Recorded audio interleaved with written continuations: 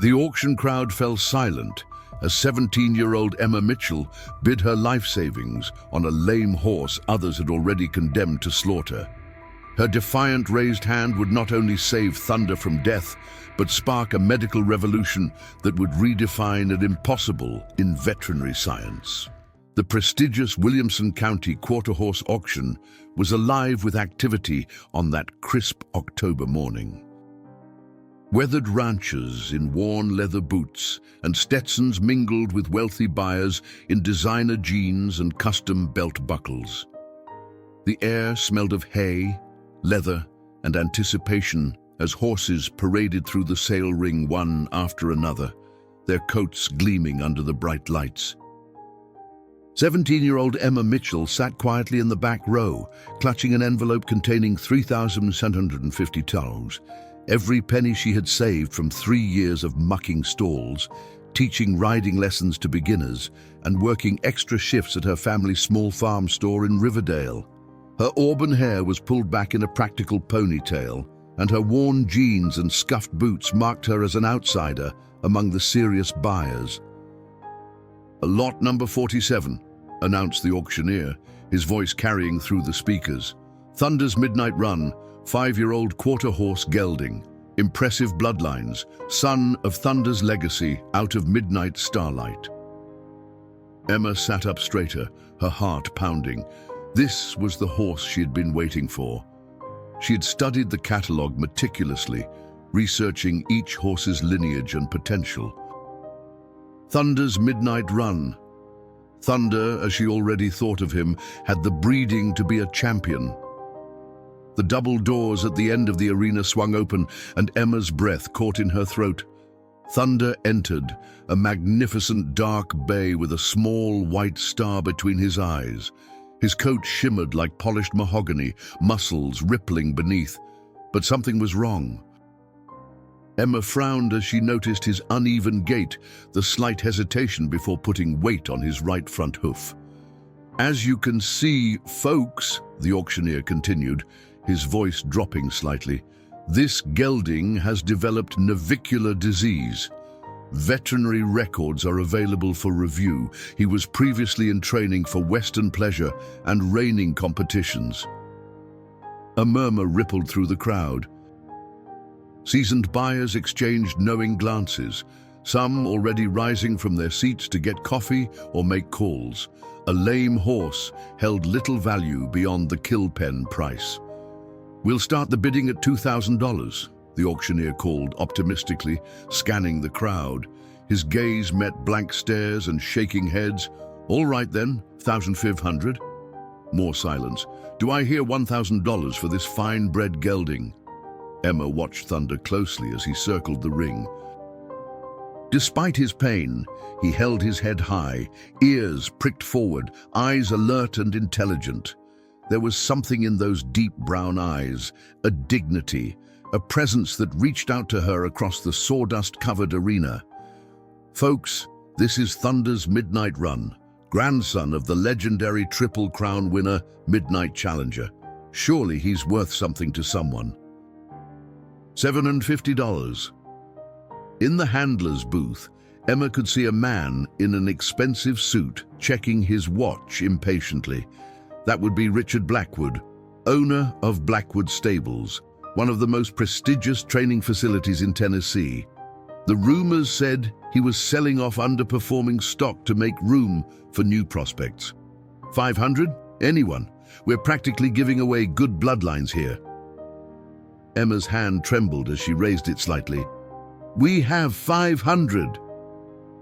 The young lady in the back. "Do I hear $550? The crowd turned to look at her, some with amusement, others with pity. Old man Jenkins, who owned the farm neighboring her family's, shook his head subtly at her. No other bids came. Going once, going twice. Sold to number 184 for $500. A mixture of relief and terror washed over Emma. Thunder was hers, a horse worth thousands in his prime, now hers for the price of an old saddle. As the handler led Thunder out of the ring, their eyes met briefly, and Emma felt it again, that connection, that silent communication that passed between them. "That was a fool's bid, girl," said a gruff voice beside her. Emma turned to see Curtis Delaney, a well-known trainer who specialized in problem horses. "That navicular won't ever heel right. He'll never be sound enough to ride properly, let alone compete." Emma lifted her chin. "Maybe not with conventional methods, sir." Delaney raised an eyebrow. "You got some magic cure the rest of us don't know about?" "No, sir, just time, patience, and faith." Emma stood, clutching her bidding card, "And I've got plenty of all three."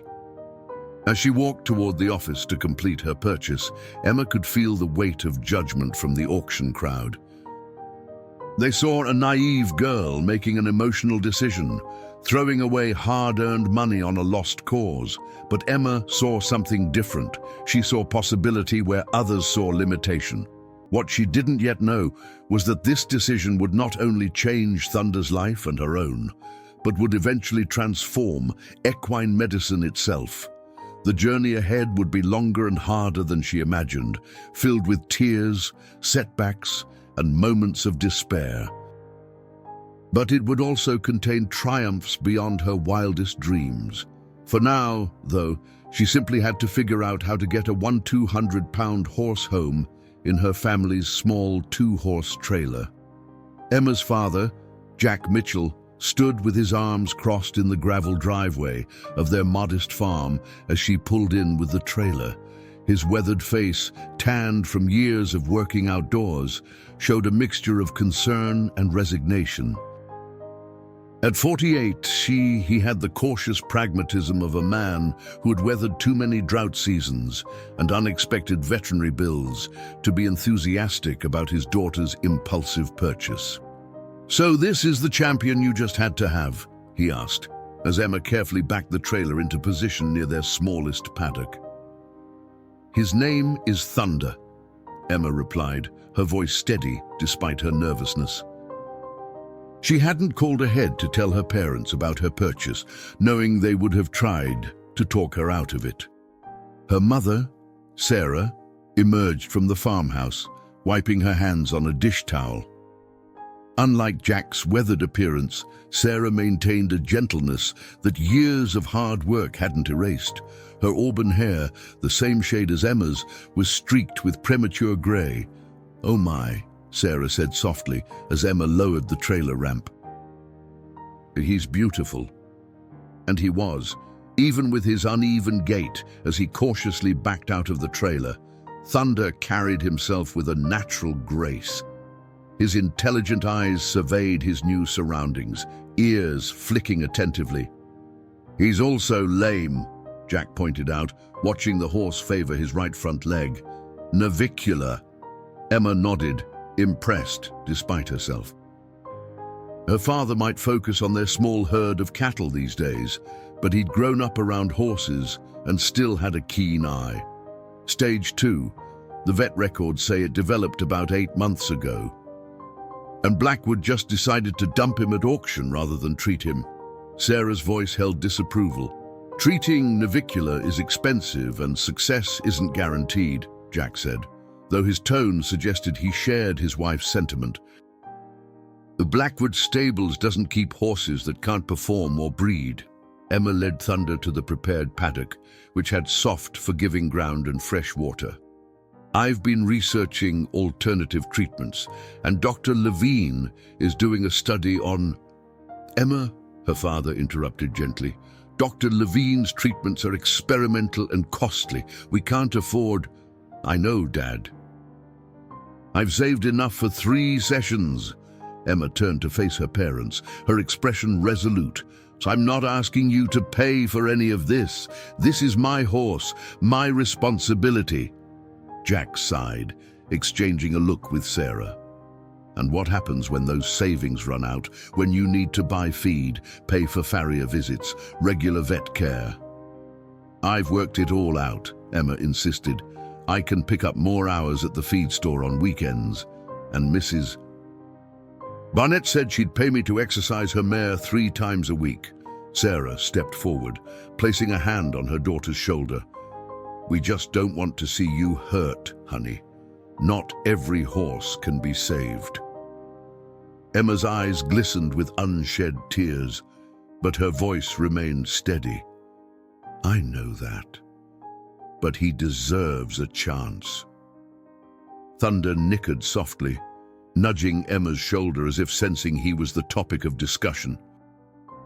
The simple gesture seemed to soften Jack's expression. "Well," he said finally, "he's here now, but I want Dr. Wilson to take a look at him first thing tomorrow, before you start dreaming up rehabilitation plans."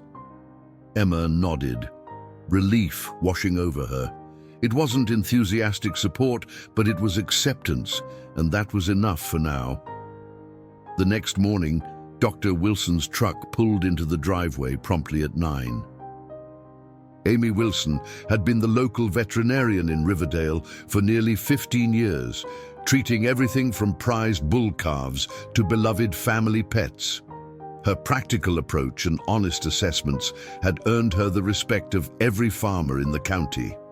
"So, this is our auction rescue," she said, approaching Thunder with practiced ease. The horse stood calmly as she ran her hands down his legs, showing none of the nervousness he'd exhibited at the auction.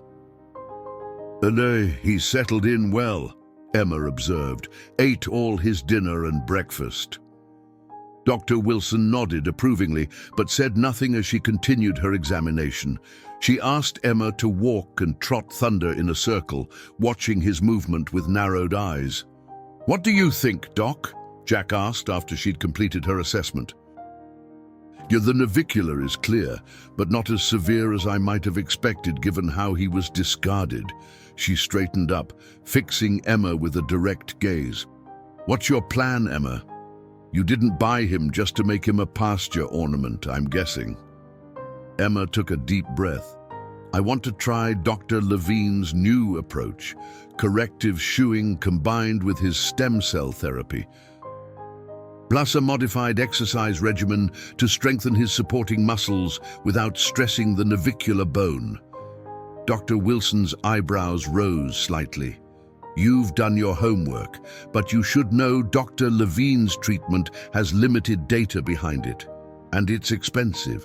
"I've been following his research for 2 years," Emma replied.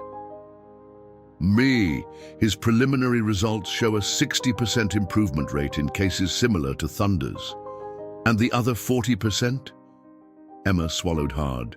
"No significant improvement, but that's still better odds than conventional treatments." Dr. Wilson considered this, then turned to Jack and Sarah. "Your daughter's got a good head on her shoulders. And she's right about the conventional options. They're largely palliative at this point. So you think it's worth trying?" Sarah asked cautiously. "I think," Dr. Wilson said slowly, "that if anyone can pull this off, it's Emma. She's got the determination, and this horse." She glanced at Thunder, who was calmly watching them. "He's got the temperament for it. The rehabilitation will be grueling, and many horses wouldn't tolerate it." Emma felt a surge of gratitude toward Dr. Wilson. Having her professional opinion in support would go a long way with her parents. "I'll call Dr. Levine myself," Dr. Wilson continued. "He and I did our residency together. He might be willing to take on Thunder as part of his study, which could reduce your costs."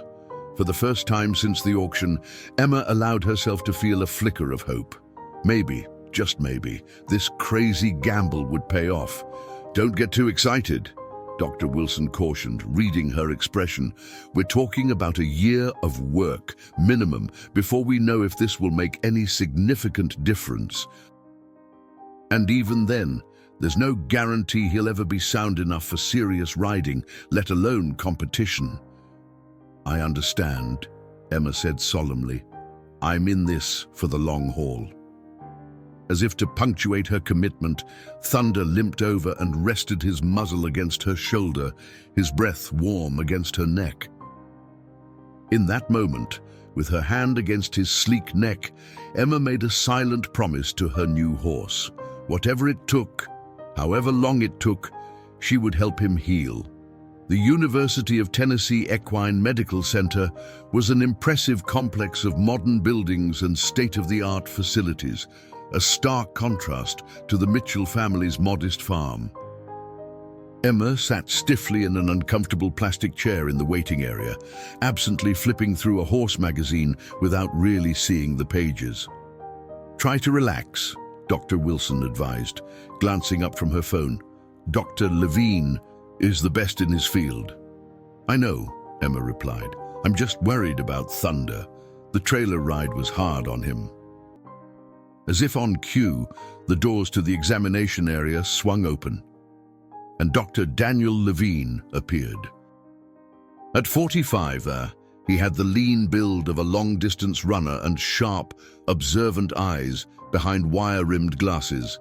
His salt and pepper hair was cropped short, and he moved with the brisk efficiency of a man who never had enough hours in his day. "Amy," he greeted Dr. Wilson warmly before turning to Emma. "And you must be Emma Mitchell. I've heard a lot about your determination." Emma rose to shake his hand. "Thank you for agreeing to see Thunder, Dr. Levine. Well, when Amy calls in a favor, I listen." He gestured for them to follow him. "I've completed my initial examination of your horse. Let's talk while I show you what we're dealing with." They walked through a series of corridors to a large treatment room where Thunder stood patiently, looking surprisingly at ease despite the unfamiliar surroundings. A young woman in scrubs was gently stroking his neck. "This is my assistant, Dr. Marcus Chen," Dr. Levine introduced. "She's been keeping Thunder company while we waited for you." Dr. Chen smiled warmly. "He's a wonderful patient, very intelligent."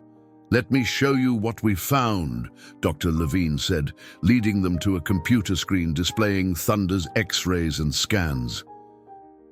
Under the navicular bone shows significant degeneration for a horse his age, which explains the chronic pain and lameness. Emma stared at the images, her heart sinking as Dr. Levine pointed out the areas of concern. Is it worse than you expected?" "Actually, no," Dr. Levine replied, surprising her. "Given his history and symptoms, I anticipated more severe deterioration. This is..." He paused, choosing his words carefully. "Workable." Hope flickered in Emma's chest. "So you think the stem cell therapy might help? Combined with corrective shoeing, controlled exercise, and potentially some additional treatments, yes, I believe we have a fighting chance." Dr. Levine's expression remained professionally neutral, but there was a glint of enthusiasm in his eyes. "However, I want to be very clear about something. This will be a long, difficult process. We're talking about a minimum of 6 to 8 months before we see significant improvement, and even then, he may never be completely sound." "I understand," Emma said firmly. "Whatever it takes." Dr. Levine nodded, seemingly satisfied with her response. "Good. Now, here's what I propose. Thunder will need to stay here for the initial treatment and monitoring, about 2 weeks. After that, he'll need specialized shoeing every 6 weeks, daily therapeutic exercises, and follow-up treatments here every month." Emma's mind raced, calculating costs and logistics. 2 weeks? I hadn't planned on him staying that long. Dr. Wilson placed a reassuring hand on Emma's shoulder. "Dr. Levine has agreed to include Thunder in his research study, which significantly reduces the cost. And I'll help coordinate the follow-up care at your farm. As for the specialized shoeing," Dr. Levine added, "I work with a farrier named Jesse Ramirez, who's developed an innovative approach specifically for navicular cases. He's expensive, but the results speak for themselves." Emma bit her lip. Even with the reduced costs for the medical treatment, this was going to stretch her savings much thinner than she'd anticipated. "If it helps," Dr. Chen interjected gently, We have a work-study program for high school students interested in equine medicine. You could assist in the barn a few days a week. It would help offset some of Thunder's boarding costs during his stay. Really? Emma's eyes widened. I could do that. I'm a hard worker, and I learn quickly. Dr. Levine looked at Dr. Chen with raised eyebrows, and she nodded subtly. Well, he said, that's settled then. We'll start Thunder's first treatment tomorrow morning. The stem cells have already been prepared. As Dr. Levine discussed the technical details with Dr. Wilson, Emma moved to Thunder's side, stroking his sleek neck. Did you hear that, boy? Dr. Levine is going to help you.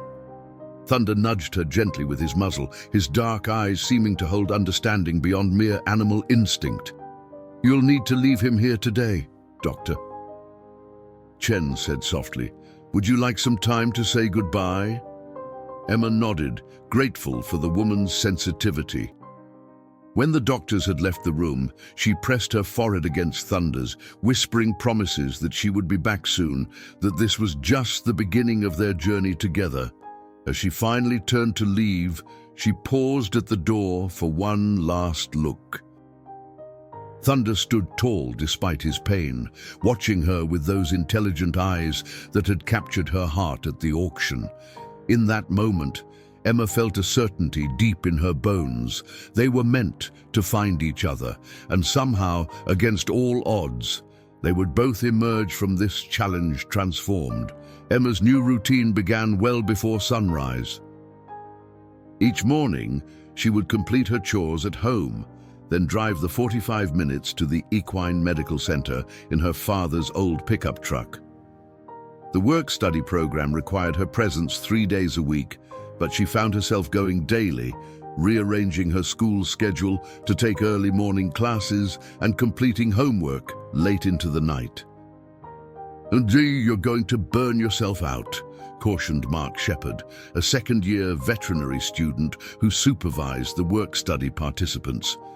He was checking medication charts while Emma mucked out stalls in the recovery barn. I'm fine, Emma insisted, pausing to wipe sweat from her brow despite the October chill. Besides, I want to be here when Dr. Levine does Thunder's second stem cell injection. Mark shook his head but smiled. Your dedication is impressive, Mitchell. Most high school kids would have given up by now.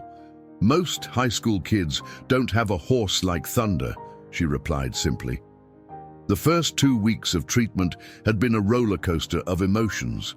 The initial stem cell injection, harvested from Thunder's own bone marrow and enhanced through Dr. Levine's proprietary process, had gone smoothly, but the recovery had been difficult. Thunder's pain had actually increased temporarily, an expected but distressing side effect, as the damaged tissues began to regenerate. Hey, there's my favorite assistant, Dr. Chen called out as she entered the barn. Thunder's ready for his hydrotherapy session. Want to help? Emma immediately set aside her pitchfork. Absolutely. The hydrotherapy room housed a large underwater treadmill designed to allow horses to exercise with minimal weight on their injured limbs. Thunder had initially been terrified of the strange equipment, but under Emma's calming influence, he'd gradually accepted the daily ritual. He's making progress, Dr. Chen observed as they carefully led Thunder into the water-filled chamber. His resistance to the water is much less today. Emma nodded, maintaining eye contact with Thunder as the water level rose around his legs. He trusts us now. He knows we're trying to help him. Dr. Chen adjusted the controls, starting the treadmill at its slowest setting. Dr. Levine reviewed his latest scans this morning. There are early signs of tissue regeneration around the navicular bone. Hope surged through Emma. Really? That's faster than expected, right? Yes, but don't get too excited yet, Dr. Chen cautioned. We're seeing cellular response, but functional improvement will take much longer, and there's something else. She hesitated. What is it? Emma's stomach tightened with anxiety. Dr. Levine noticed some inflammation in the deep digital flexor tendon.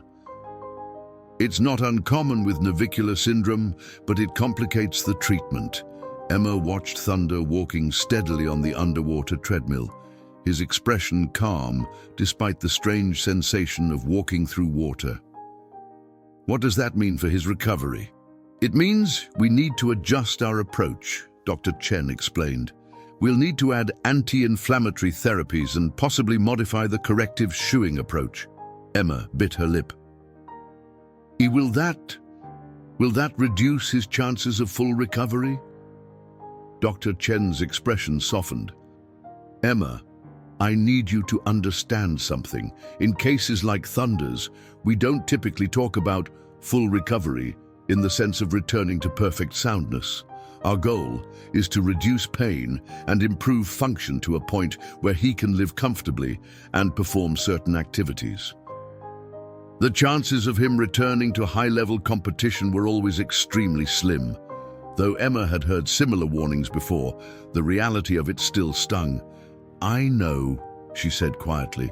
I see how special he is, how hard he tries. That's what makes you a good caretaker, Dr. Chen replied. You believe in him. That matters more than you might think.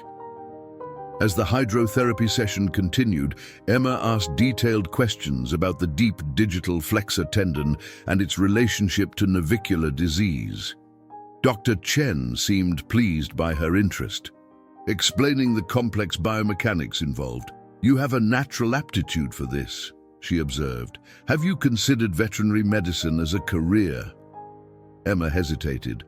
I've always loved animals, especially horses. But vet school is expensive, and my family isn't exactly wealthy. There are scholarships, work programs, Dr. Chen suggested, and students with your level of dedication and practical experience are exactly who the profession needs. The idea took root in Emma's mind, a possibility she hadn't seriously considered before. Could she actually become an equine veterinarian someday? Later that afternoon, Emma stood nervously outside the treatment room where Dr. Levine was preparing for Thunder's second stem cell injection. The procedure itself wasn't particularly risky, but any anesthesia carried some danger, and Thunder's weakened condition added to the concern. You can come in, Dr. Levine called, surprising her. He rarely allowed observers during procedures. Emma entered cautiously. Thunder was already sedated, standing in the specialized stocks that would keep him upright during the procedure. His eyes were half closed, his breathing deep and regular. Since you've been asking so many questions about the process, I thought you might want to see it firsthand, Dr. Levine explained, preparing a large syringe. Thank you, Emma said sincerely. I really appreciate it. Doctor. Chen tells me you're developing quite an understanding of equine anatomy and physiology, he commented, carefully inserting the needle near Thunder's navicular region. She says you might have a future in this field. Emma watched intently as he slowly injected the stem cell solution. I'm considering it. I never thought it could be a possibility for me before. Dr. Levine completed the injection and stepped back. The first time I saw a horse walk soundly after months of debilitating lameness, I knew this was what I wanted to do with my life. That feeling never gets old. Even when the cases don't work out, Emma asked quietly. Dr. Levine's expression grew serious. The failures teach us as much as the successes, sometimes more. Every horse that doesn't respond to treatment pushes us to find better solutions. He gestured to Thunder. And sometimes we get lucky enough to have patients and owners who help us pioneer those solutions. As they monitored Thunder's recovery from sedation, Emma found herself imagining a future where she might stand in Dr. Levine's place, developing new treatments, helping horses that others had given up on. The path would be difficult, requiring years of education and training beyond her current circumstances. But watching Thunder's steady breathing, Seeing the careful notes Dr. Levine made about his response to treatment, Emma felt something shift inside her, a purpose taking shape, a direction emerging from what had begun as an impulsive bid at a horse auction. "He's coming around nicely," Dr. Levine noted as Thunder's eyes began to open fully. "You can talk to him now. He'll recognize your voice." Emma stepped closer, placing her hand gently on Thunder's neck. "Hey, boy," she whispered. "You did great. One step closer to feeling better." Thunder's ears flicked toward her voice, and he turned his head slightly to nuzzle her arm, still groggy but aware of her presence. "That's the other part of this work," Dr. Levine said quietly. "The connection. It matters more than the science sometimes." Emma nodded, understanding exactly what he meant. That connection was what had drawn her to Thunder in the first place, and now it was leading her toward a future she'd never imagined for herself. November turned to December, and winter settled over Tennessee with unexpected severity. Snow blanketed the Mitchells' farm more frequently than usual, complicating daily chores and making the drive to the equine medical center treacherous at times. Despite the challenges, Emma maintained her rigorous schedule, dividing her time between school, home responsibilities, and Thunder's care. "Miss Mitchell, could you stay after class, please?" Mrs. Reynolds, Emma's AP biology teacher, called out. As students gathered their belongings at the final bell, Emma approached the desk with apprehension. She'd turned in her last lab report 2 days late, something that had never happened before this semester. "Is this about my late assignment? I'm really sorry about that. We had a pipe burst at the farm, and then the roads were icy and—" Emma, Mrs. Reynolds interrupted gently. "I'm not concerned about one late assignment. I'm concerned about you. Your grades are slipping. You fell asleep during my lecture yesterday." Heat rose in Emma's cheeks. "I'm sorry. That won't happen again." "That's not my point." Mrs. Reynolds removed her glasses, fixing Emma with a direct gaze. "You're one of my brightest students, with real potential for a career in science. But you're stretching yourself too thin." "I can handle it," Emma insisted, though the dark circles under her eyes suggested otherwise. "Can you?" Mrs. Reynolds raised an eyebrow. "Because colleges look at junior year very carefully, and right now, your transcript isn't reflecting your abilities." The mention of college sent a jolt of anxiety through Emma. Her dreams of veterinary school would require an exceptional academic record and scholarships, lots of them. "I'll do better," she promised. "It's just, my horse is at a critical stage in his treatment." Mrs. Reynolds softened slightly. "Dr. Wilson mentioned your project. It's admirable, truly, but you need to find balance." Emma nodded, though she had no idea how to actually achieve that balance. Every aspect of her life felt essential and non-negotiable. By the time she arrived at the Equine Medical Center that afternoon, Emma was already mentally revising her study schedule, wondering which activities she could cut back on without compromising Thunder's care or her family obligations. "You look exhausted," Dr. Chen commented as Emma helped prepare Thunder for his final hydrotherapy session before discharge. After nearly 6 weeks at the center, he was finally going home tomorrow. "Maybe you should take today off. Go home and rest." "I'm fine," Emma insisted automatically. "Besides, I want to meet Mr. Ramirez when he comes to do Thunder's special shoeing." As if summoned by the mention of his name, a stocky man with salt and pepper hair and deeply tanned skin appeared in the doorway of the hydrotherapy room. Jesse Ramirez carried himself with the quiet confidence of someone who had spent decades perfecting his craft. "You must be Emma," he said, his voice carrying a slight accent that hinted at his Mexican heritage. "Dr. Levine speaks highly of you." Emma extended her hand, which he shook firmly. Thank you for fitting Thunder into your schedule, Mr. Ramirez. I know you're in high demand. Call me Jesse, he replied with a warm smile. And I was curious about this horse. Daniel told me his response to treatment has been unusual. Dr. Chen nodded.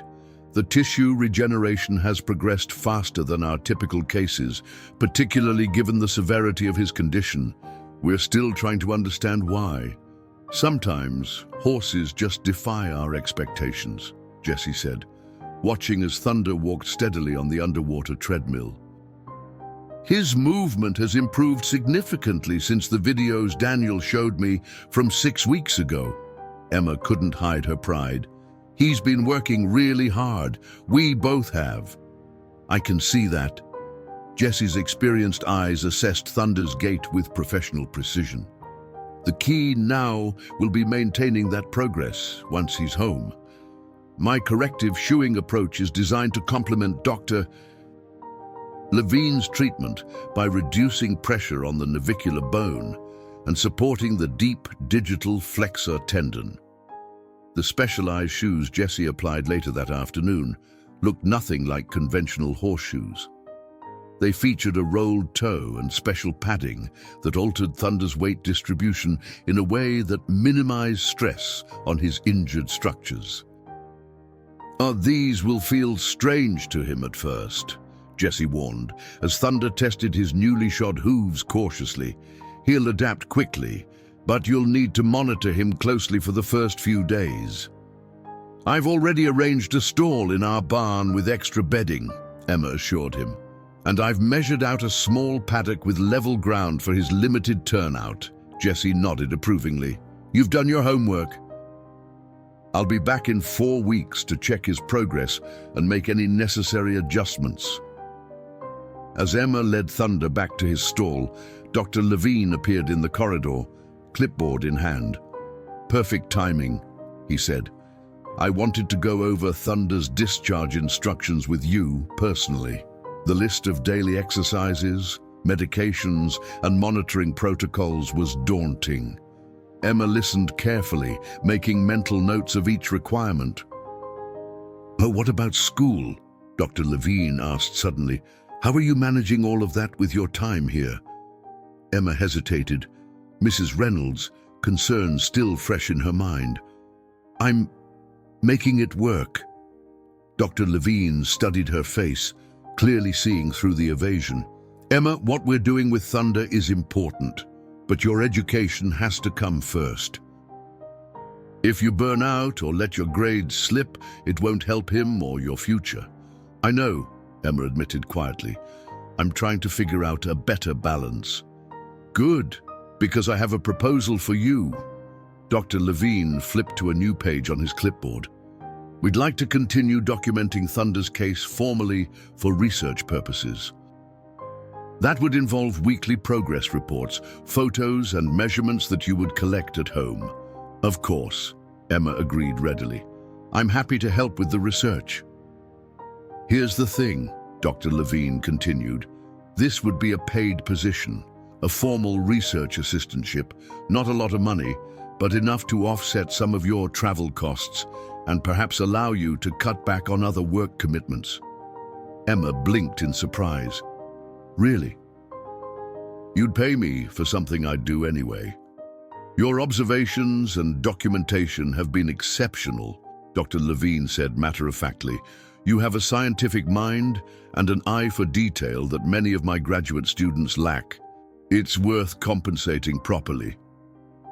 The offer felt like the first piece falling into place in a puzzle Emma had been struggling to solve. How to fulfill her commitment to Thunder while still building toward her own future. The following day, loading Thunder into the trailer for the journey home filled Emma with a mixture of excitement and anxiety. Despite the significant improvement in his condition, he was still far from fully recovered, and the controlled environment of the medical center would be replaced by the more variable conditions of home. Remember, strict stall rest for the first week, except for his guided exercise sessions, Dr. Chen reminded her, handing over a thick folder of instructions and monitoring forms. "And call immediately if you notice any changes in his lameness pattern." "I will," Emma promised, accepting the folder and the bag of specialized medications. As she prepared to close the trailer, Dr. Levine approached for a final assessment. He watched Thunder carefully, then turned to Emma with uncharacteristic emotion in his eyes. 8 weeks ago, most veterinarians would have advised euthanasia or permanent pasture retirement for a horse in Thunder's condition, he said quietly. "What you've accomplished together is already remarkable, regardless of what happens next." Emma swallowed the lump in her throat. "Thank you for giving him a chance, for giving us a chance." The drive home was slow and careful, Emma acutely aware of the precious cargo behind her. When she finally pulled into the farm's driveway, she was surprised to see not only her parents waiting, but also Dr. Wilson and even Old Man Jenkins from the neighboring farm. "Welcome home, Thunder," Sarah called as Emma carefully lowered the trailer ramp. Thunder emerged cautiously, his ears pricked forward as he surveyed the familiar surroundings. Though his gait still showed signs of his condition, the improvement was striking. He moved with greater confidence, putting more weight on his previously favored leg. "Well, I'll be damned," Jenkins muttered, shaking his head in disbelief. "That's the same horse you brought home half dead 2 months ago." "He was never half dead," Emma corrected, unable to keep the pride from her voice. "He just needed someone to believe in him." As she led Thunder to his prepared stall, fitted with the specialized padding and support doctor Levine had recommended, Emma felt a sense of accomplishment unlike anything she'd experienced before. They still had a long road ahead, months of therapy, exercises, and careful monitoring. But for the first time, she could truly believe that the impossible might be possible after all. January brought freezing rain and sleet that transformed the Mitchell farm into a treacherous landscape of ice and mud. Emma's daily routine with Thunder had become a precise science. Controlled walking exercises on a cushioned path her father had helped create in the barn aisle, gentle stretching of his limbs, and the application of therapeutic wraps to support his tendons. Back and to the left, Emma instructed her younger brother, Tyler, who was helping position Thunder for his daily photographs. At 14, Tyler had initially shown little interest in his sister's broken horse project, but over time, he'd become an essential assistant, particularly with the documentation required for Dr. Levine's research. Like this. Tyler adjusted the measuring grid behind Thunder. Perfect. Emma snapped several photos of Thunder's stance from different angles, careful to capture the alignment of his legs and the distribution of his weight, all critical data points for tracking his recovery. "His right front looks better today," Tyler observed, surprising Emma with his accurate assessment. "You're right. The swelling in the pastern is almost gone." Emma smiled at her brother. "You're getting pretty good at this," Tyler shrugged, but couldn't hide his pleased expression. "Dr. Wilson let me help with vaccinations at the Hendersons' farm yesterday. She said I have steady hands." Their conversation was interrupted by the ringing of Emma's phone, Dr. Levine's weekly check-in call. "The photos look promising," he said after she'd uploaded the latest images to the secure research portal.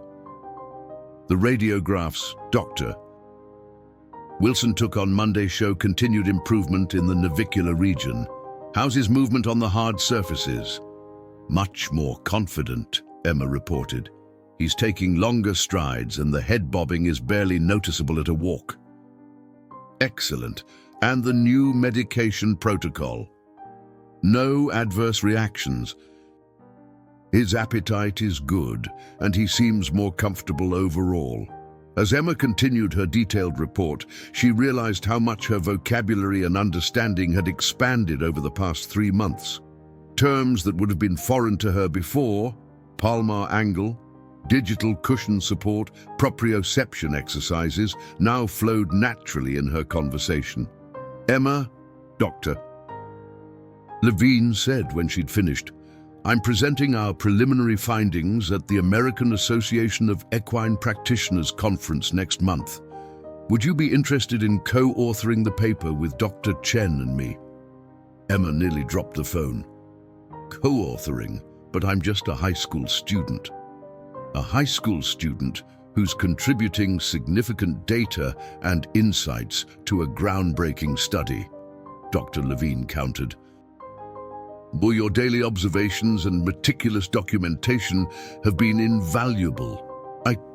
Yes, of course I'd be interested," Emma stammered, her mind reeling with the implications.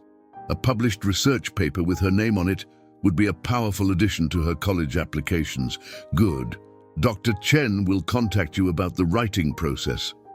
"And Emma, this kind of opportunity doesn't come along often for someone your age. Make the most of it." After ending the call, Emma leaned against Thunder's stall door, processing what had just happened. The horse nudged her shoulder gently, as if sensing her excitement. "Can you believe it, Thunder?" she whispered. "A published research paper, my name alongside Dr. Levine's." Thunder's rehabilitation continued to progress steadily through January and into February.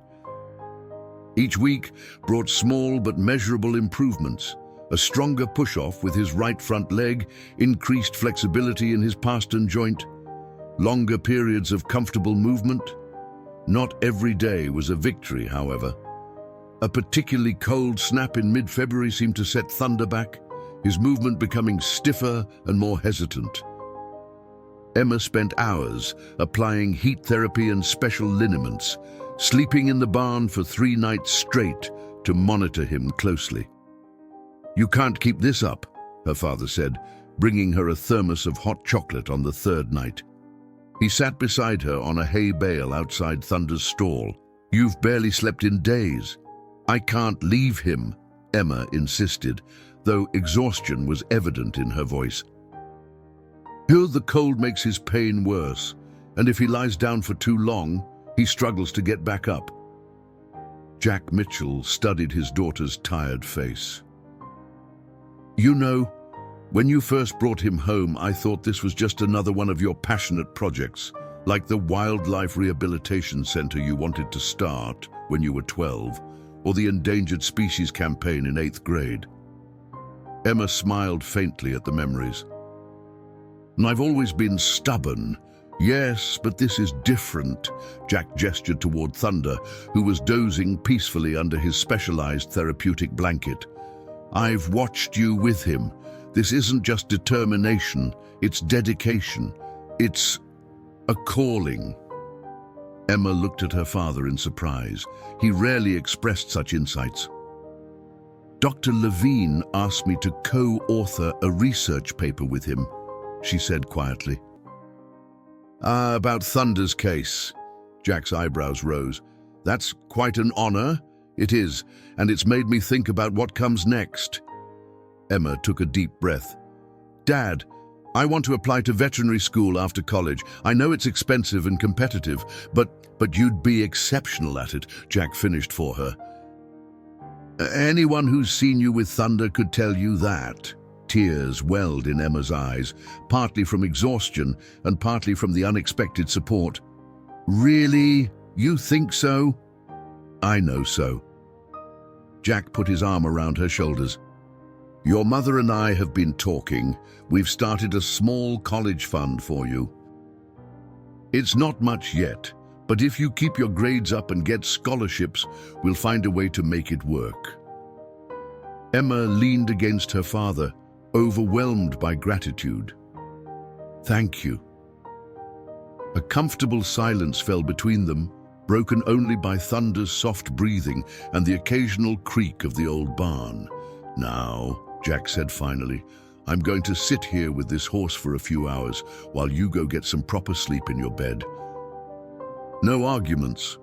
Emma started to protest, but was cut off by an enormous yawn that made her father chuckle. "All right, she conceded, but promise you'll wake me if anything changes. Promise. Jack settled more comfortably on the hay bale. Go on now. Even miracle workers need their rest. As Emma trudged through the snow toward the house, she glanced back to see her father gently stroking Thunder's nose, speaking to him in low, soothing tones. The sight filled her with a warm certainty. No matter what challenges lay ahead, she wasn't facing them alone. Spring arrived in Tennessee with an explosion of dogwood blossoms and the sweet scent of magnolias.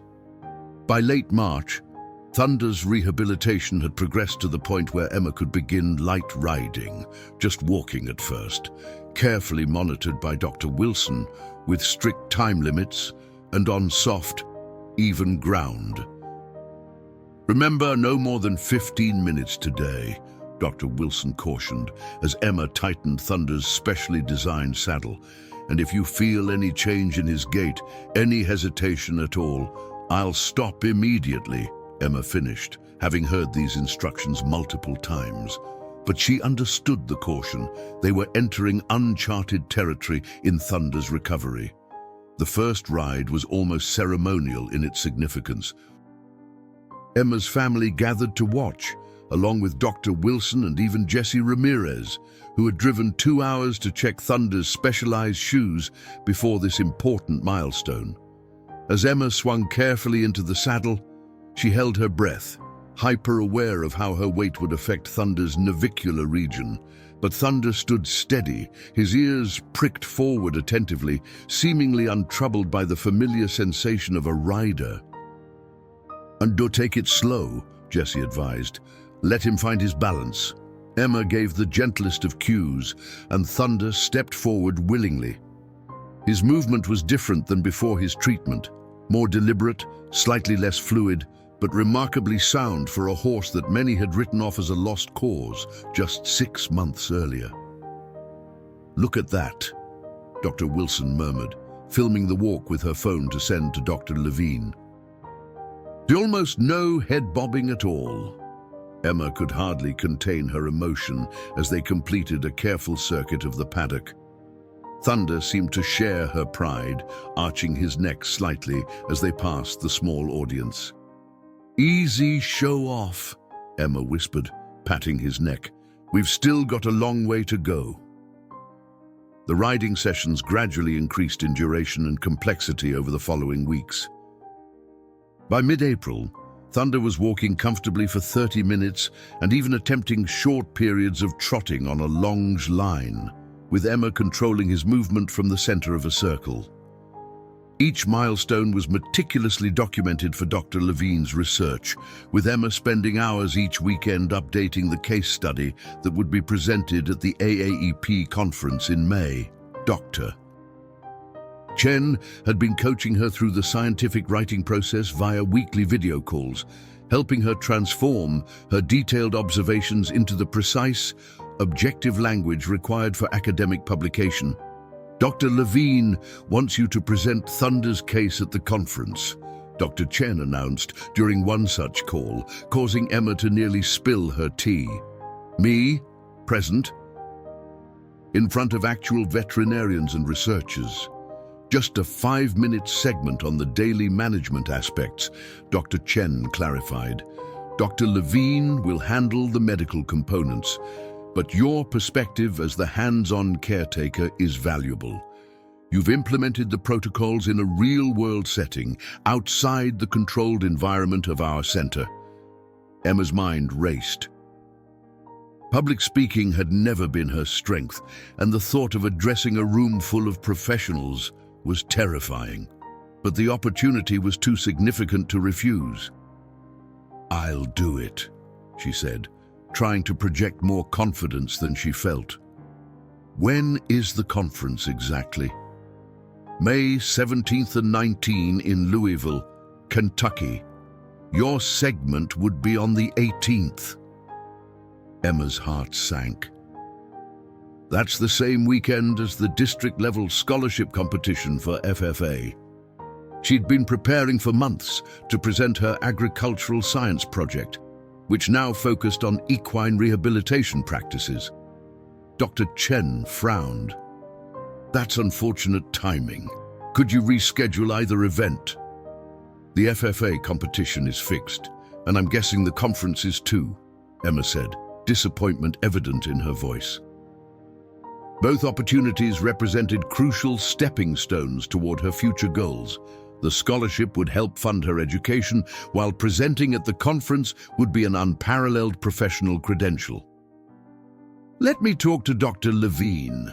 Perhaps we can arrange for you to present via video conference." "Or no," Emma interrupted, making a difficult decision. "The conference is more important. I can apply for other scholarships, but this opportunity with Dr. Levine might never come again." The weeks leading up to the conference were a whirlwind of preparation.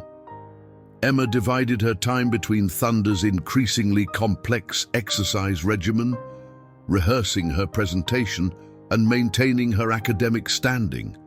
The balance she had struggled to find earlier in the year was now even more precarious, but her sense of purpose drove her forward.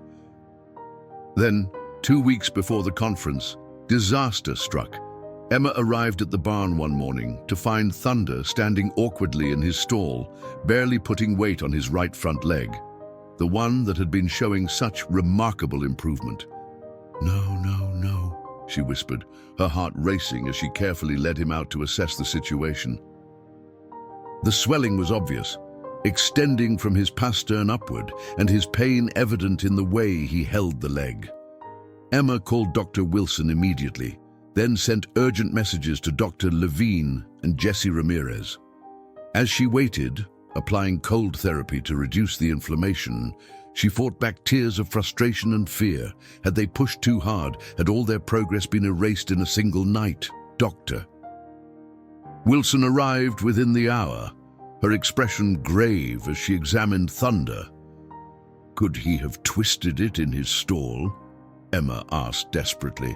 "Maybe he got cast against the wall during the night." "Possibly," Dr. Wilson replied, but her tone suggested she suspected something more serious. "I'm going to take X-rays right away, and I want to ultrasound that tendon." The diagnosis, when it came, was crushing. A significant inflammation of the deep digital flexor tendon, likely caused by the increased activity level. Dr. Wilson recommended immediate suspension of all riding and a return to the more basic rehabilitation protocols they had used months earlier. "We need to contact Dr. Levine right away," she said, reviewing the X-rays on her portable screen.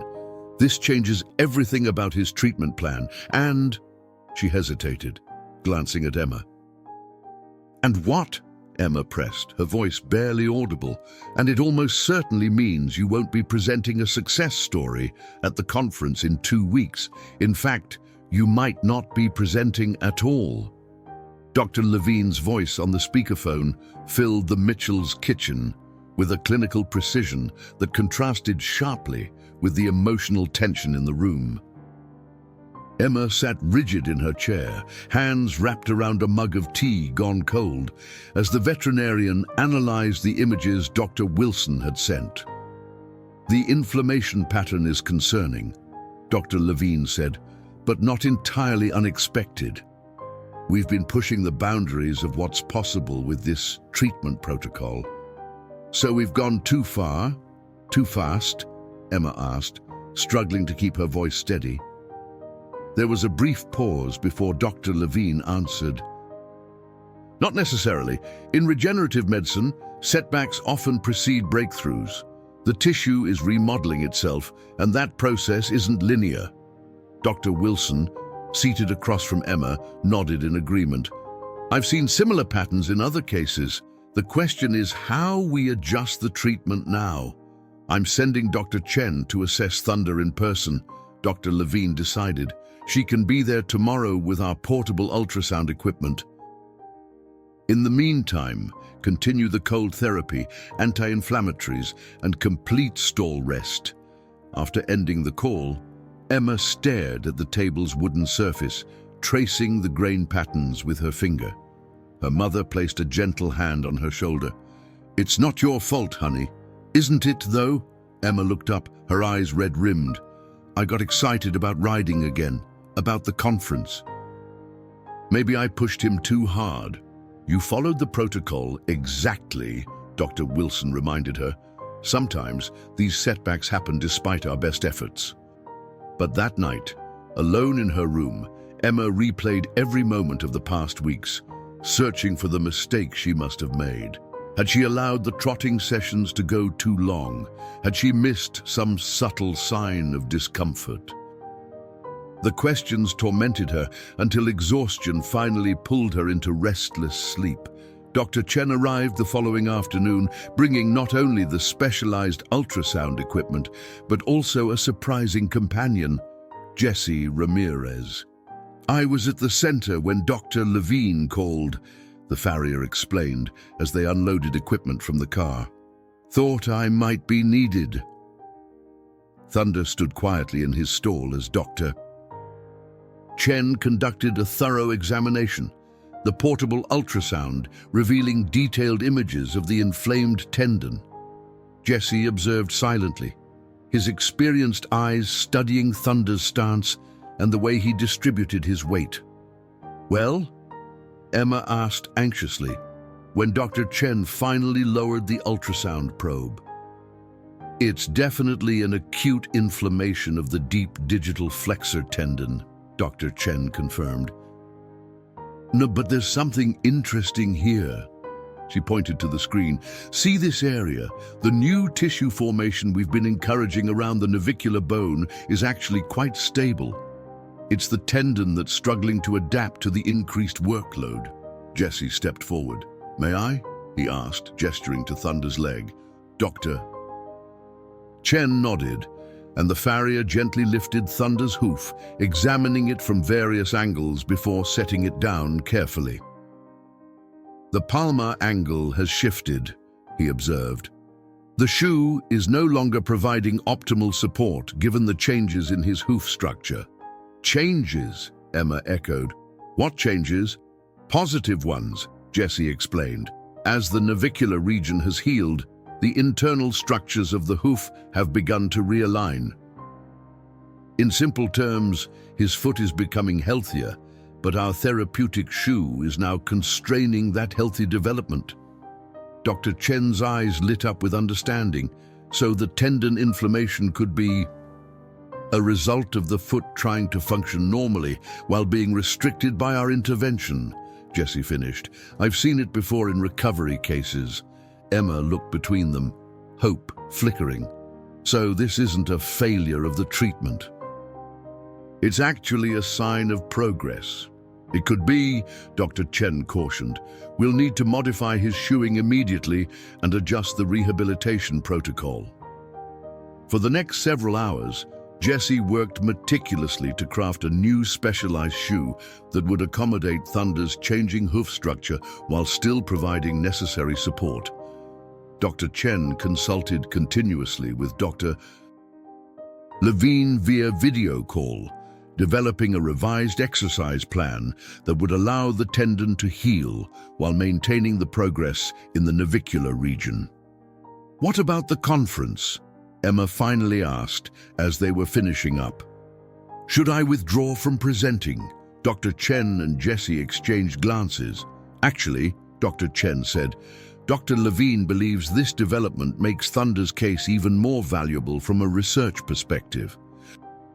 He wants you to present, but with a modified focus. Instead of a straightforward success story, you'll be presenting a case study on adaptive treatment protocols and the management of complications in navicular rehabilitation." "But is that still? I mean, can we still call it a success?" Emma asked hesitantly. Jesse looked up from wrapping Thunder's leg. "Success in medicine isn't just about perfect outcomes, Emma. It's about how we respond to challenges, how we adapt when things don't go as planned. That's what advances the field." Over the next week, Emma worked tirelessly implementing the new treatment plan. The modified shoe designed by Jessie seemed to provide immediate relief, and the specialized wrapping technique Dr. Chen had taught her helped stabilize the tendon without restricting healthy movement. Thunder responded well, the acute inflammation gradually subsiding. By the time Dr. Levine himself made a special trip to examine Thunder 10 days after the setback, the improvement was remarkable. "Fascinating," the veterinarian murmured as he reviewed the latest ultrasound images. "The tendon is healing cleanly, and the navicular remodeling continues to progress.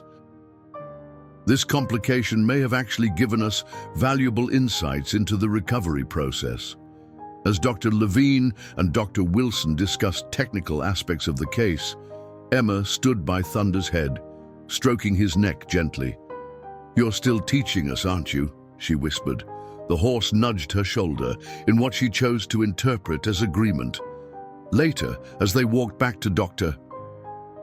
Levine's car, the veterinarian addressed the conference question directly. "I've revised our presentation to incorporate this development," he said. "Your segment is now even more important.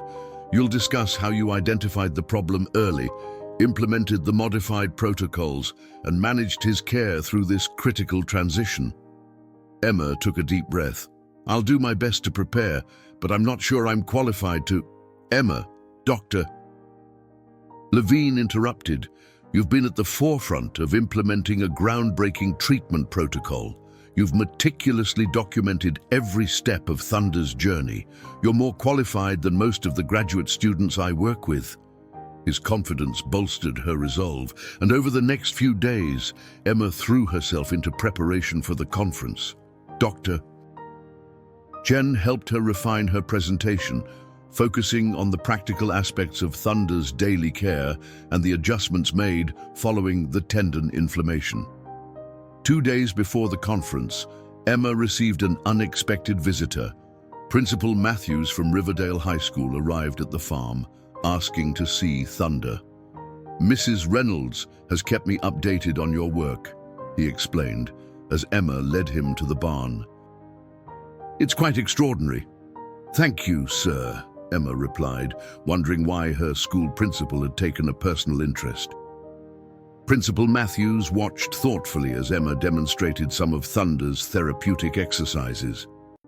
"The reason I'm here," he said finally, "is that I received a call from the state FFA coordinator.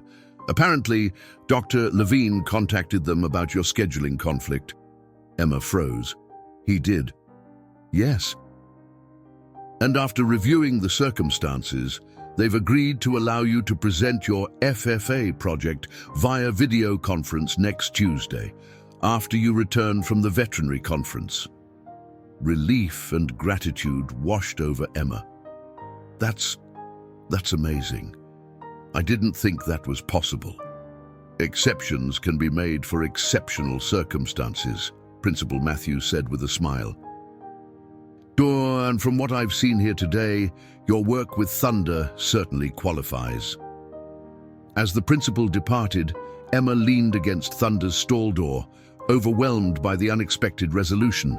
The horse gently nuzzled her shoulder, his warm breath a familiar comfort. "We're really doing this," she told him. We're going to Louisville to tell your story. All of it, setbacks and all." Thunder nickered softly in response, his intelligent eyes seeming to understand the significance of the moment. In just 2 days, they would share with the veterinary community not just a tale of successful treatment, but something perhaps more valuable, a case study in perseverance, adaptation, and the complex reality of healing. The Louisville International Convention Center bustled with activity as hundreds of veterinarians, researchers, and industry professionals gathered for the American Association of Equine Practitioners Conference. Emma stood in the grand lobby, clutching her presenter badge and feeling overwhelmingly out of place among the sea of professionals in business attire. "Breathe," Dr. Chen advised, appearing beside her with 2 cups of coffee. She handed one to Emma, Everyone here started somewhere. Many of them were once exactly where you are, young, passionate, and terrified. Emma accepted the coffee gratefully. I just don't want to embarrass Dr. Levine, or myself, or Thunder. You won't, Dr. Chen assured her. You know this material better than anyone. Just tell Thunder's story the way you've lived it. They made their way to the Bluegrass Ballroom, where their session would take place later that afternoon. The room was massive, with seating for at least 300 people and a stage equipped with large projection screens. This is where I'll be presenting, Emma whispered, her mouth suddenly dry. Dr. Chen squeezed her shoulder encouragingly. Focus on Dr. Levine's introduction, then your slides, then the conclusion. Don't think about the room or the audience. Throughout the morning, Emma attended other presentations, trying to absorb the academic atmosphere while reviewing her own speaking notes. She was scheduled as part of a larger symposium on advances in navicular disease treatment, with Dr. Levine presenting the clinical aspects while Emma would cover the practical implementation of the protocols. During the lunch break, she found herself at a table with Dr. Levine and several distinguished-looking veterinarians who seemed keenly interested in Thunder's case.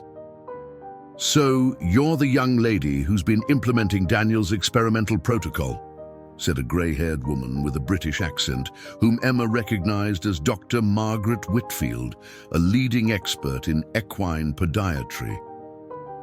I've been quite intrigued by the preliminary data. Thunder's case is certainly unique, Emma replied carefully, trying to sound professional. The combination of stem cell therapy and adaptive corrective shoeing has produced results we didn't initially anticipate. Dr. Whitfield nodded approvingly. And I understand you've been meticulously documenting the daily management aspects. That's often where the gap occurs between clinical research and practical application. Emma's documentation has been exemplary, Dr. Levine interjected. In fact, her detailed observations about changes in Thunder's weight distribution following our recent complication led directly to our modified approach. The conversation continued, with the veterinarians discussing technical aspects of navicular treatment that Emma understood better than she would have thought possible a year ago. Occasionally, they directed questions to her about Thunder's response to specific elements of the protocol, treating her not as a high school student, but as a valuable contributor to the research. By the time they returned to the ballroom for their session, Emma's nervousness had evolved into a different kind of tension, still anxious, but now mingled with a growing sense that she did, in fact, have something meaningful to contribute. The room filled quickly, with many attendees standing along the walls once the seats were taken. Emma sat in the front row beside Dr. Chen as Dr. Levine was introduced by the session chair. Our next speaker needs little introduction, the chair announced. Dr. Daniel Levine has been at the forefront of regenerative medicine for equine lameness for over a decade. Today, he'll be presenting a groundbreaking case study on an integrated approach to navicular syndrome with a special segment by his research assistant, Emma Mitchell. Dr. Levine took the stage confidently, launching into a detailed presentation about the clinical aspects of Thunder's treatment. He explained the specialized stem cell protocol, showing before and after images of Thunder's navicular bone and surrounding tissues. The technical precision of his delivery captivated the audience of specialists. The most remarkable aspect of this case, Dr. Levine said, approaching the transition to Emma's segment, has been the implementation of the treatment protocols in a non-clinical setting, adapting to both expected and unexpected developments in the healing process. He gestured toward Emma. To discuss these practical aspects, I'd like to introduce Emma Mitchell, who has been the primary caretaker implementing our protocols over the past 8 months. Emma's legs felt leaden as she stood and made her way to the stage. Dr. Levine gave her an encouraging nod as they exchanged places at the podium. Taking a deep breath, Emma faced the room full of veterinary professionals. Thunder's midnight run came into my life at a horse auction in Williamson County, she began, her voice initially wavering but growing stronger with each word. He was a 5-year-old quarter horse with stage 2 navicular disease that had effectively ended his career before it began. As she continued, describing the daily challenges and triumphs of Thunder's rehabilitation, Emma found herself forgetting her nervousness. The slides she had prepared with Dr. Chen's help illustrated the practical aspects of Thunder's care, the specially constructed walking surfaces, the exercise protocols, the monitoring systems she had developed. When we encountered the tendon inflammation 3 weeks ago, Emma explained, showing side-by-side images of Thunder's stance before and after the setback. It initially seemed like a devastating regression. But as we discovered, it was actually an indication that his foot structure was normalizing, requiring us to adapt our supportive interventions. The audience was fully engaged, many taking notes as Emma detailed the specific modifications they had made to Thunder's treatment plan. When she reached the most recent updates, showing video clips of Thunder's improved movement from just days earlier, a murmur of appreciation rippled through the room. But while Thunder's journey is far from complete, Emma concluded, his case demonstrates that with consistent implementation of these protocols, careful monitoring, and willingness to adapt when necessary, we can achieve significant functional improvement in cases that might previously have been considered untreatable. The applause as she finished was warm and genuine. Dr. Levine returned to the stage for the concluding remarks and to answer technical questions from the audience. To Emma's surprise, several questions were directed specifically to her, focusing on the practical challenges of implementing the intensive treatment protocol. How did you manage the transition from clinical care to home-based rehabilitation? Asked a veterinarian from California. Emma answered confidently, drawing on her months of experience. The key was creating a consistent environment with appropriate footing, carefully controlled exercise, and a monitoring system that could detect subtle changes in his condition. When the session concluded, Emma found herself surrounded by veterinarians interested in discussing specific aspects of Thunder's care. Business cards were pressed into her hand, along with invitations to contact them with updates on Thunder's progress. Dr. Whitfield would like to speak with you, Dr. Chen said, appearing at Emma's elbow and guiding her through the crowd toward the distinguished British veterinarian. That was remarkably well presented, Dr. Whitfield said without preamble, particularly coming from someone who doesn't yet have formal training in veterinary medicine. Thank you, Emma replied. I've had excellent mentors. Yes, Daniel is quite good, Doctor. Whitfield agreed with a smile. But what impressed me most was your intuitive understanding of the horse's responses to treatment. That can't be taught in any classroom. She handed Emma a business card with an embossed University of Edinburgh logo. I run a summer program for promising pre-veterinary students. We focus on regenerative approaches to equine lameness. You would be welcome to apply next year after you've finished high school. Emma stared at the card in disbelief. The University of Edinburgh's veterinary program was world-renowned, and their summer intensive was famously selective. That's incredibly generous, she stammered. I would be honored to apply. Do, Dr. Whitfield said simply. A talent like yours should be nurtured. As the crowd in the ballroom gradually dispersed, Emma found a quiet corner to collect her thoughts. Dr. Levine approached, looking genuinely pleased. You did exceptionally well, he said. Several colleagues commented on how impressed they were with your presentation. Thank you for giving me the opportunity, Emma replied. I can hardly believe I just presented at an AAEP conference. Dr. Levine smiled.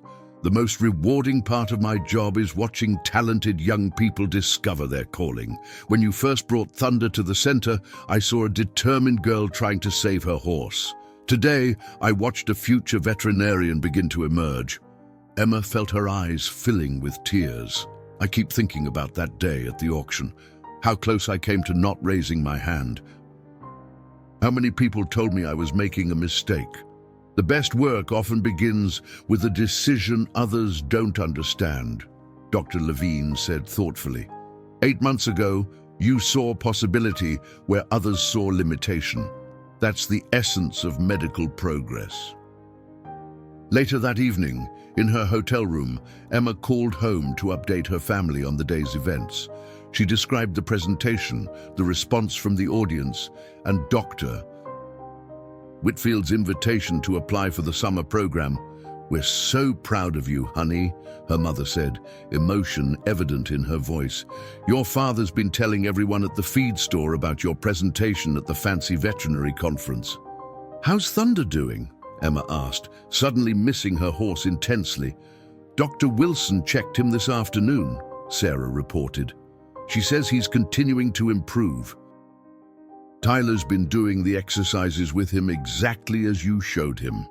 After ending the call, Emma sat by the window overlooking the Louisville skyline, reflecting on the extraordinary journey that had brought her here.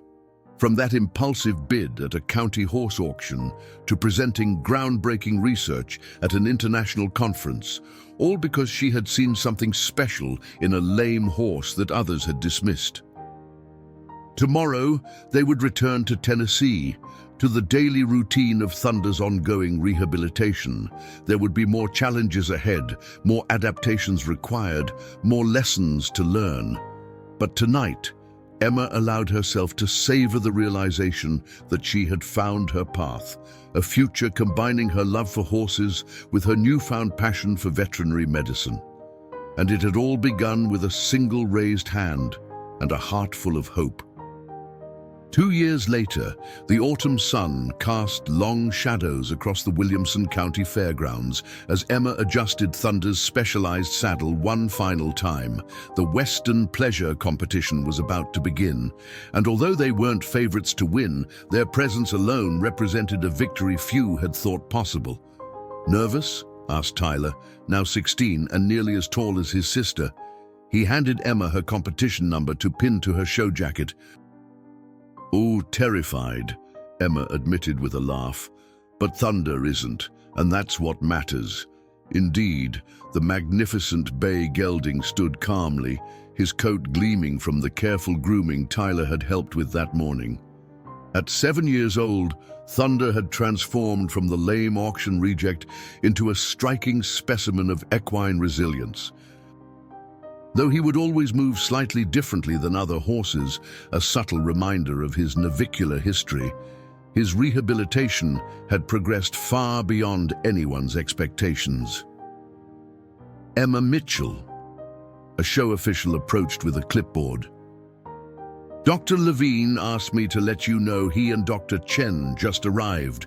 They're by the west stands." Emma nodded her thanks, scanning the gathering crowd until she spotted her mentors. Dr. Levine raised a hand in greeting, and beside him stood not only Dr. Chen, but also Jesse Ramirez and Dr. Wilson. Thunder's entire medical team had come to witness this milestone. "You've got quite the fan club," observed Melissa Chang, a fellow competitor who had become a friend over the past year of local shows. "Is that really Dr. Daniel Levine, the stem cell therapy pioneer?" "The one and only," Emma confirmed. "And he's come to see his star patient perform. I still can't believe your horse is the one from that article in Equine Veterinary Journal," Melissa said, shaking her head in amazement. "The breakthrough in navicular recovery case study. My mom made me read it twice when I told her I was competing against you." The Mitchell Protocol, as it had come to be known in veterinary circles, had indeed been published in several prestigious journals over the past year. The combination of Dr.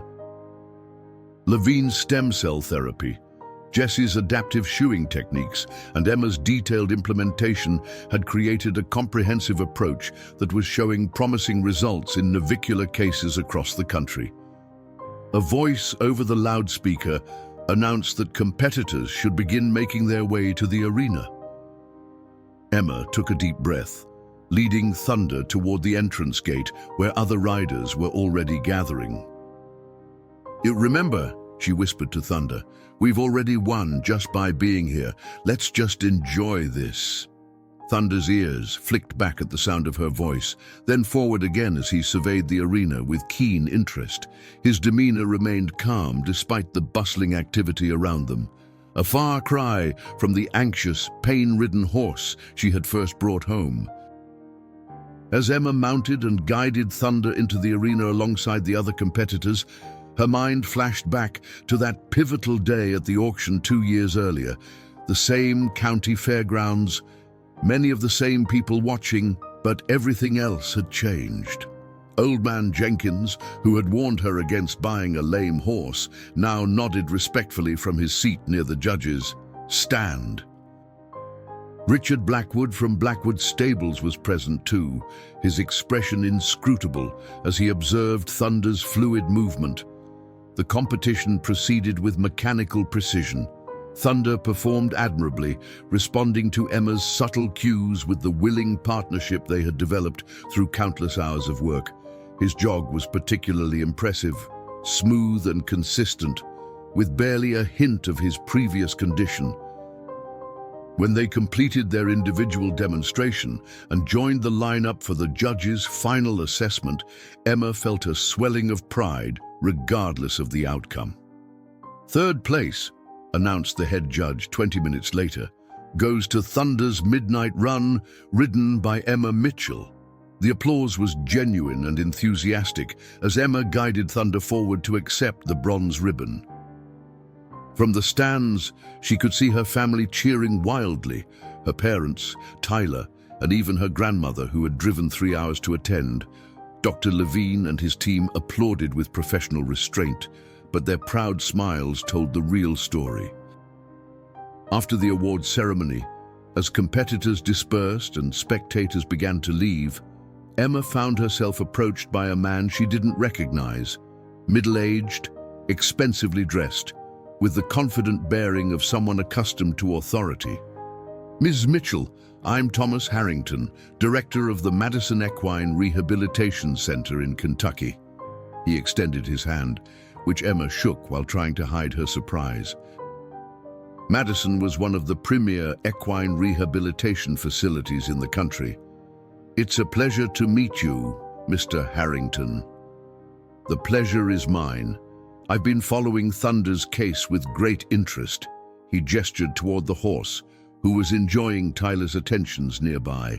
"Dr. Levine speaks very highly of your contributions to the protocol." "Thunder did all the hard work," Emma demurred. "I just implemented what the experts designed," Harrington smiled. "According to Dr. Levine, your implementation innovations were key to the protocol's success. That's actually why I wanted to speak with you. I understand you'll be starting your pre-veterinary studies at the University of Tennessee next fall." "Yes, sir. I've been fortunate to receive a combination of scholarships that will cover most of my undergraduate expenses." "Excellent. Madison offers internships for promising pre-veterinary students, paid positions, working directly with our rehabilitation specialists. We'd like to offer you a place in our summer program next year." Emma stared at him, momentarily speechless.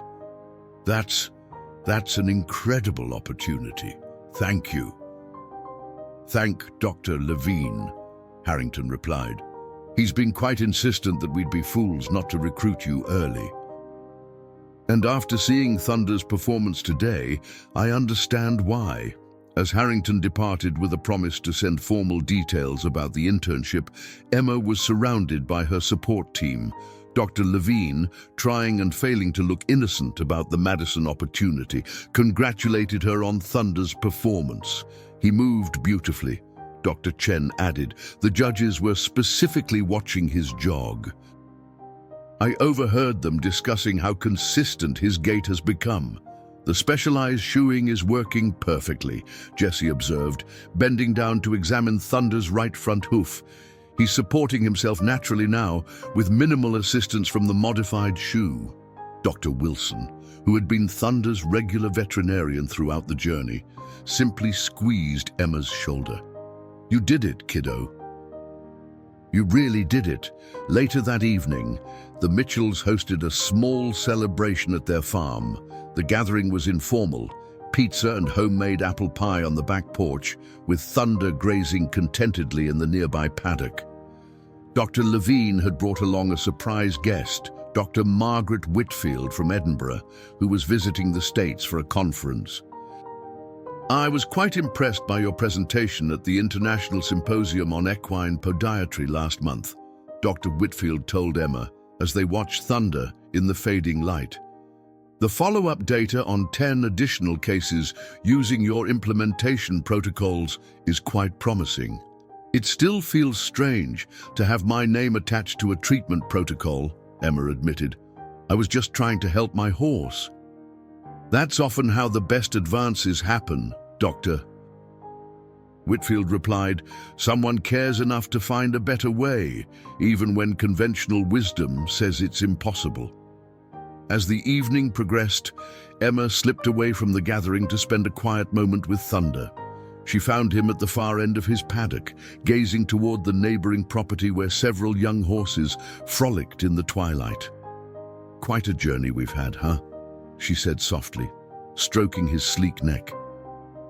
Thunder turned to nuzzle her shoulder, his gentle breath warm against her skin. Emma, her father's voice called from behind her. There you are. Richard Blackwood is here. He'd like to speak with you. Surprised, Emma turned to see the owner of Blackwood Stables approaching, his expression unreadable. Thunder tensed slightly beside her, perhaps recognizing his former owner. Miss Mitchell, Blackwood began formally. I wanted to congratulate you on your placement today. Thunder performed exceptionally well. Thank you, Mr. Blackwood. Emma maintained a polite but cautious tone. Blackwood glanced at Thunder, then back to Emma. I made a mistake 2 years ago, he said, the admission clearly difficult for him. I saw a liability where you saw potential. The veterinarians I consulted advised that his condition was irreversible. Many people thought the same, Emma acknowledged. Yes, well... Blackwood cleared his throat awkwardly. The point is, the protocol you helped develop. It's changing how we approach these cases. We've implemented it with 2 horses at our facility, with promising results. Emma nodded, uncertain how to respond to this unexpected turn. I'd like to make you an offer, Blackwood continued. Not for Thunder, he added quickly, seeing Emma's expression harden. He's clearly where he belongs, but I'd like to invite you to conduct a workshop at our facility, to train our staff on the practical implementation aspects of the protocol. Paid, of course. The irony wasn't lost on Emma. The man who had discarded Thunder as worthless now wanted to learn from her. But she recognized the significance of what this represented, mainstream acceptance of a treatment approach that had once been considered experimental at best. I'd be happy to help, Mr. Blackwood, she agreed. I believe every horse deserves the chance Thunder had. As Blackwood departed with arrangements to contact her later, Emma's father lingered beside her. Full circle, huh? Jack observed, watching Thunder return to grazing peacefully. From auction cast-off to medical breakthrough, not bad for a fool's bid. Emma smiled, remembering the skeptical comments from that day 2 years earlier.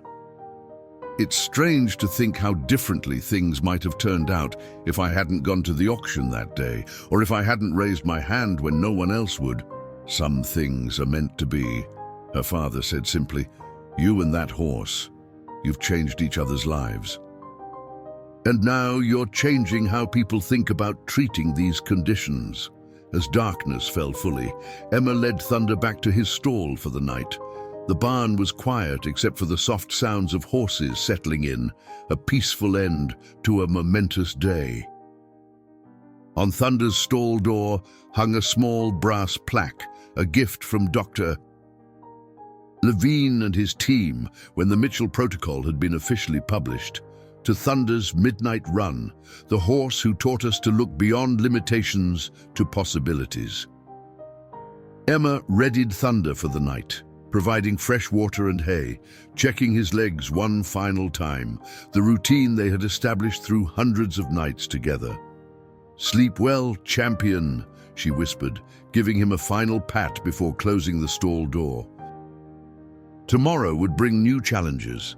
Her senior year of high school was in full swing, with college applications to complete alongside Thunder's ongoing care. The Madison internship would require preparation, and Blackwood's workshop would need careful planning.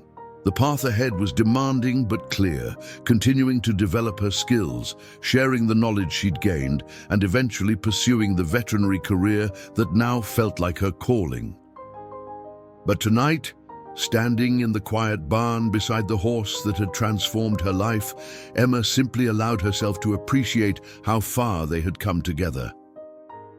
From that desperate moment in the auction ring to the triumph of today's competition, their journey had been defined by perseverance, adaptation, and an unwavering belief in possibilities others couldn't see. As she walked back to the house where friends and mentors still gathered, Emma glanced up at the star-filled Tennessee sky, feeling a deep sense of gratitude for the unexpected turns her life had taken, all because she had raised her hand when a lame horse entered the auction ring and needed someone to believe in him.